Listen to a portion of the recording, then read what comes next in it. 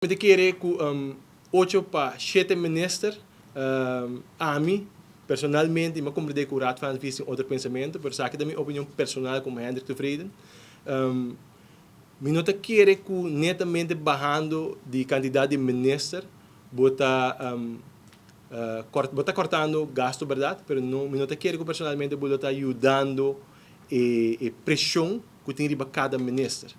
A carteira de país Aruba está hopi grande, tem hopi trabalho que badin kuhasi.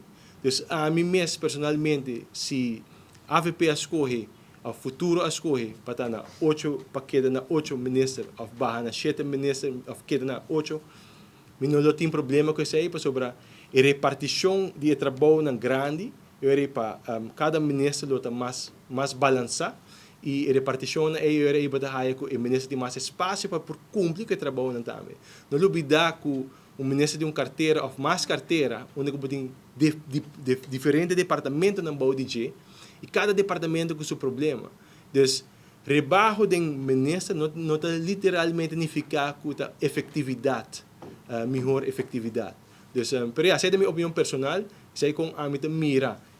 O sistema de manejo, me quer que o ministro está mais efetivo de como manejar e netamente ora que o corta personal, tem viabo por perder efetividade não para sobre a barra muito mais load de trabalho que está assim difícil para concentrar em tudo ponto. Então, me premira que de rebaixo de 8 para 7, algum departamento lo vai sofrer de atenção, na lo barra menos atenção, na lo barra menos ajuda para sobre literalmente tem menos gente para assessorar. Como me preocupar se na 2017 o próprio líder me para campanhar com nós vai de 9 para 7, 7 para 7, 7 para 7. Como me preocupa? Pero precisamente disso, não? De 9 para 7 ou de 8 para 7, tá aqui da minha opinião personal, a mim como manejador me lo bisa, repartir carteira onde cada gente tem um load que não por carga de uma forma mais fácil. Então, para mim, me tem que ir com efetividade também na prioridade, ora que você trata de diensten,